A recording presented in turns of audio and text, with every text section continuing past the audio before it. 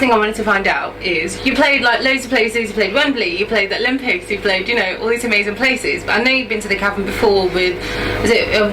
I want to say 1 million. Million Dead, yeah, my old band, sorry. yeah. But, I mean, I actually am planning on counting this at some point before I get on stage tonight. I've played here, I think, probably 10 times, maybe. Really? More. Million Dead played here. Well, my first show here was in 2002. I know that, so 14 years ago. Okay. Yeah, you know, I walked down. I haven't been here for quite a while.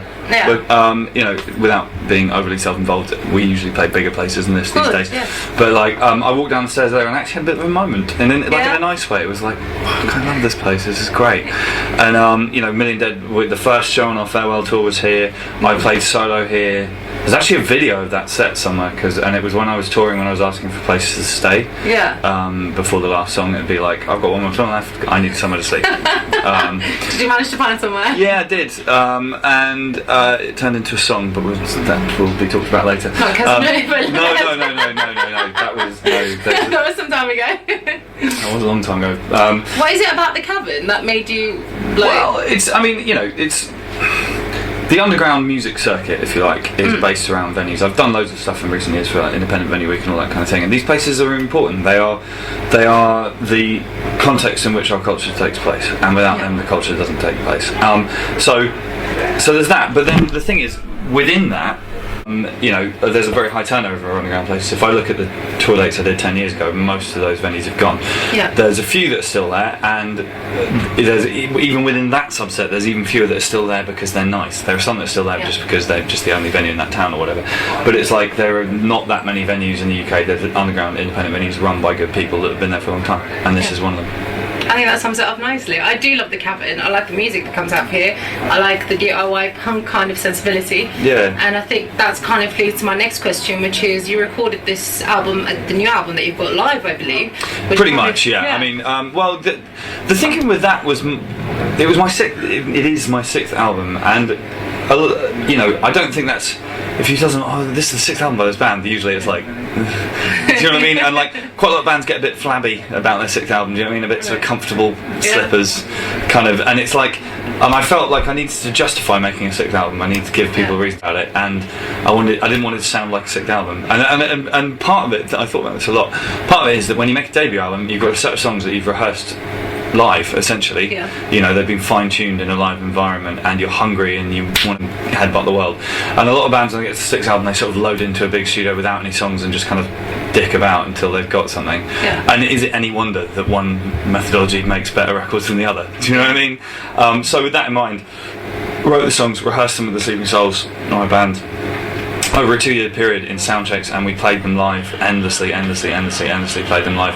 And it was actually, incidentally, as a side note, as a vote of confidence in the human race, all the songs on the record got played live 10, 20, 30 times. And every single time I just said, before the song, I said, listen, this is a new song, could you do me a favour and not film it and put it on YouTube? And not one person did. Really? And we played them in front of thousands of people all over the world, and no one YouTubed any of them. That's quite amazing, actually. One or two people have put stuff up since their albums come out, which I have no problem with at all. That's totally legit. But it was really, you know, I think that's one of the problems a lot of bands have, is like they sort of treat the audience like the enemy. Do you know what I mean? And it's just kind of like having, like, you know, no filming signs and all this thing. Just ask people nicely, and they're generally nice back at you. You know?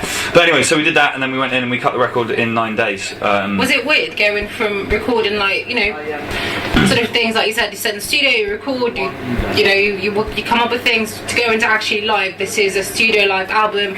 Whatever comes out can go in. Well, I mean, we reached a point where the songs were locked down enough that they would sound exactly the same every time we played them. Do you know what I mean? It's like the songs were just drilled in, and like I knew what order the songs were going on the record before we recorded it, and I knew which songs it was, and you know, it was. So you worked hard at it. It's not just like, you know. Yeah, it's just this time around the recording process was the very short bit at the end of the process of making the record, rather than being, because like Take That Car, the previous record, we went into the studio. I had like 25 songs, and we swapped everything around and went weird with it, and then ended up with 11 at the end. You know, and it or 12. 12. But you know, and so it was a very different way of making a record. And in a way, I don't want to say that one's necessarily better than the other, but part of the reason I wanted to do it this way is because we did it the other way the previous time, and I think it's important to change what you do every time you do it. It's good to keep yourself on your toes, doesn't it? Yeah, totally. Okay, well, the other thing I was going to say is, so you described the last album as sort of a breakup album. What would you describe this one as? Picking up the pieces. Yeah. I mean, certainly, yeah. I mean, and sort of quite consciously, the further I get away from the record in time, the more I think that the last two records I made are kind of flip sides of a coin. Do you know what I mean? Right. Tape Deck Heart was about I screwed up the important relationship of my own life, and the whole thing fell apart, and it was all horrendous. And I wrote a record about that, which was in and of itself was a process of catharsis. And the new record was very much about kind of that moment when kind of like the storm clouds part. And the image I had in my head, which sort of became the song Next Storm, was like, you know, the town's been like trashed by a tornado, but the tornado's blown itself out and the sun comes out again. There's wreckage everywhere, but you've got a broom and you start cleaning up and rebuilding. Is it sort of like a growing up record a little bit? Yeah, a little bit, yeah. I mean, yeah. Yes. So it's the shortest answer you're going to get. Maybe not. Right. What I was going to say, so in an interview with Enemy, so you might be able to tell, I grew up in London. Right. Okay, whereabouts? In North London, actually. Whereabouts? Hendon. Hendon, right? Yeah. Okay, I'm a Holloway boy myself. N7. Are you? I spent a lot of time there. That's where my friends up there. I'm sort of associated with Winchester because I grew up in Winchester. Yeah. But my dad's family's from North London, and I moved there the second I possibly could, and I live there now. But you did say you found people who grew up in London a little bit weird. But then, yeah. And then in your album you have a lot of references to London, and you do like London, so yeah. Well, no, all it is, and I mean, in a way, the people I'm referring to more than anyone else, and it's like my cousins who all grew up in London. Yeah. There's a thing about the small town British life that I love, you know, and it's just like my friends who grew up in London don't know what I'm talking about when I talk about bugging your mate's older brother who works in the office to slip you a 1.5 litre bottle of White Lightning, which retails at £1.50 but he charges you £3, and then drinking at the bus stop where there's one bus. Like, I grew up in a village where there's one bus that came once a day, and it only went one way. It's a waste of time because you could go. Yeah, and like everybody got mopeds when we turned 16 because it's a year before you're allowed to drive, so everyone got their moped learner license and stuff. But there was a hill outside the village where I grew up at that had this sign used to flash if you went over 40 miles an hour and said slow down. And our biggest ambition in life for one summer was to make it flash on a moped, so we'd be at the top of the hill going, come on! Like trying to hit 40 miles an hour. Did it? Once or twice, yeah. So, you know, and this is that kind of small town or suburban / rural kind of British life, I think. Because I tell these stories to like my cousin who grew up in, my cousin Anastasia, who's like my little sister, but she grew up in London, and she's just like, yeah, I was kind of going clubbing when I was 14. And it's just kind of like, really surprised, because I went, like London, you go out at midnight, because that's when everyone goes out. Yeah. Go out at midnight here, I realised the only place that was open was the Firehouse, and it was open till 2. So Yeah. I had 2 hours of drinking. I was so sad. Yeah, well, this is kind of what I'm talking about. You know what I mean? And like, well, also just in terms of what I do, more specifically in terms of what I do. You know, I grew up in a town that had one venue that wasn't on the touring circuit, and if a band came through, it was big news. You know, I mean, a lot less bands play Winchester than play Exeter, I'll tell you that. Yeah. And you know, and then you go to London, there's 900 gigs on every night, and the crowd stands there kind of going, impress me. You know, I'm not saying one's necessarily better than the other, but certainly my background is, in terms of my formative years, is more well, it must sort of feed into your ethics as well about playing small venues and playing venues that are DIY and well, yeah, and also and just make sure I try and get out to the country more than like what I do with my UK tours. I'm hoping that somewhere might have noticed this by now and could stop sending me angry emails about where I play.